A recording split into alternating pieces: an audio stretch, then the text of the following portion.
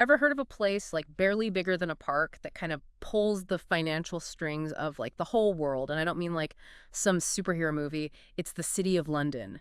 And get ready because it's about to become your new obsession.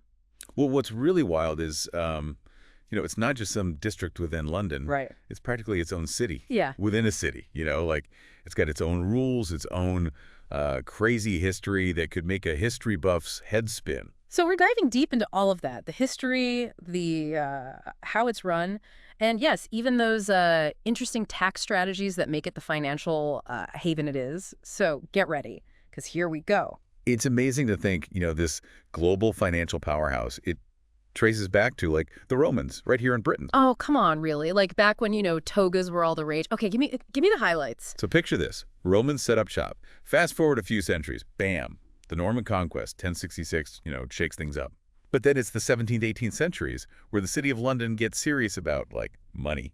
So they, like, traded in their sandals for power suits. Yeah, something like that. I Yeah. mean, the Bank of England is born, 1694, right? Yeah. Huge deal. And as the British Empire, starts growing, guess who's paying for those ships and colonies? I'm guessing our friend, the City of London. Bingo. They were the financial engine room of, a global superpower. And get this, they never gave up that power. Okay, now you've got me. So what about this City of London Corporation? That doesn't sound like your regular city council. Not even close. Yeah. This is like the oldest continuously running democracy, right? Yeah. But here's the twist. Businesses in the city get to vote. Like they have a direct say in how it's run. Whoa, that's letting the players write the rules of the game. And what about this Lord Mayor? I thought London already had a mayor. Right, but the Lord Mayor of London is different. This role is all about representing the city's money interests globally. Diplomacy, making deals, making sure the city stays at the top, that kind of thing. So like a mix of Wall Street and, a global diplomat. Yeah. With all this history, what's so special about it? What makes it, attract so much money? It's a bunch of things that make it, like, irresistible. First off, the big players. Think banking, investments, every international bank, all headquartered in this, like, tiny area, moving money around at warp speed. Oh, and we can't leave out the foreign exchange market. Like those guys are the puppet masters of currency trading. Absolutely. But it's not just the newcomers. There's institutions with serious history. You must mean the OG, the London Stock Exchange, the LSE, as the kids say, one of the most respected in the world. It's like a massive marketplace, right? Yeah. Companies like Apple, Tesla, they go there to sell parts of themselves, and like anyone can buy in. It's been around since the 1700s, and in the finance world, that's a big deal. But here's the kicker. The city's not stuck in the past. Wait, are you saying they've embraced stuff like cryptocurrency, blockchain? Those seem, I don't know, a little too modern for them. It's crazy, right? Like old school tradition meets cutting edge. You've got these fintech companies, startups flocking to the city. They're drawn to what they call regulatory advantages, which basically means, fewer rules so they can do their things. So it's trying to teach an old dog new tricks.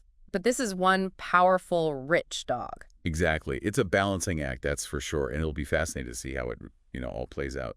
So it's like they're trying to, bridge the gap between like centuries of tradition and the future of money, right?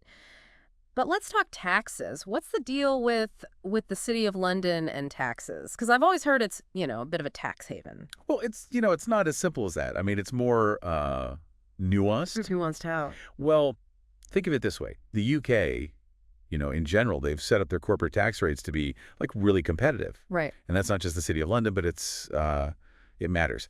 Now, add in the city being this like global financial hub, and well, you've got a recipe that really attracts businesses. So it's like a beacon for, I don't know, companies wanting to like save on taxes. Yeah, you could say that. But it's also about creating a whole environment.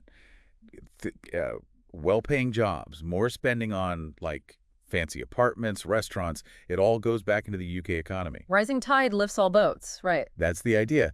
But of course, it's, not without its critics.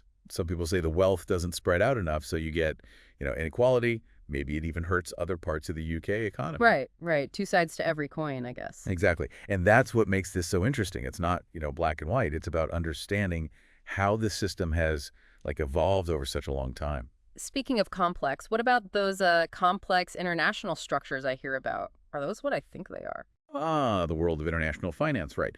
Okay, so imagine this. A company sets up, like, little branches in different countries, each one with its own tax rules.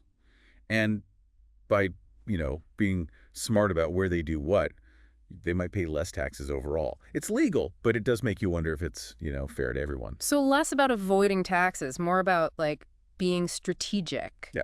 Like imagine a high-stakes chess game, but instead of pieces, you're moving money around the globe. Okay, that makes a lot more sense. I Oh, need to brush up on my chess skills. maybe we can play sometime.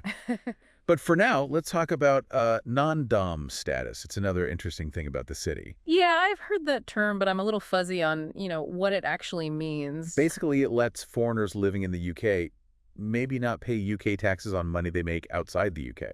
So you're saying, like, you can make millions overseas, and as long as it stays out of the UK, you're good. That's a pretty sweet deal. It's definitely a big draw for high earners from other countries, Hmm. but it's also controversial, to say the least. I bet. Critics say it's, unfair. Like, the super rich get a free pass, Yeah. while everyone else is, stuck paying the tab. Like a VIP line at the tax office, but only for a select few. Right. And then there's the whole thing with offshore financial centers. Remember those whispers about the Cayman Islands, Bermuda, all that? How can I forget? Sounds like a spy movie. Well, those places are known for, their tax rates, their rules. It makes them really attractive if you're looking to um, minimize what you owe in taxes. So it's all, like, legal and above board, but still kind of mysterious, like a magician's hat, you know? You know something's happening, but not how. I like that analogy. Yeah. And that's exactly why these offshore centers are always being talked about, in terms of transparency and, like, is it ethical? It's a big debate in the world of global finance. Yeah, it's like, this whole other world of money, just like hidden in plain sight. Exactly. It shows you how global this all is, right? Like, Yeah. something happens in the city of London, and it can have a real impact on some island thousands of miles away. It's like everything's connected. We've talked about a lot. Roman times, fintech, taxes, non-dom, offshore stuff. So, like, if you had to pick one thing for our listeners to remember about the City of London, what would it be? It's funny. The city of London is like this mix of really old and super new. You've got like crazy wealth, but also, people struggling. It's like a mini version of the whole global financial system, with all its good and bad. It's a living history book, but instead of, like, dusty pages, it's all skyscrapers and money flying around. I like that. And that's why it's so important to, to get, even if you're not like a Wall Street guru or whatever, this stuff affects all of us. Totally. Because whether we realize it or not, what happens in that, like, 1 square mile really can change the world. And think about it. With like all the new technology, things changing globally, the whole debate about like, is it fair? Is it equal? Hmm. The City of London's role is only going to get, well, more complicated, more important. The only constant is change. Right. And the City of London, if they want to stay on top, they got to change too. Well, there you have it. The City of London. It's like old and new, exciting, and, maybe a little shady. Definitely makes you want to, like, learn more, right? Who knows? Maybe we'll do this again sometime. See how the city's handling, whatever the future throws at it. I was going to say, let's keep some mystery, but come on, it's the City of London. There's always more to uncover. This has been The Deep Dive, and as always, thanks for, taking the plunge with us. All right, so you're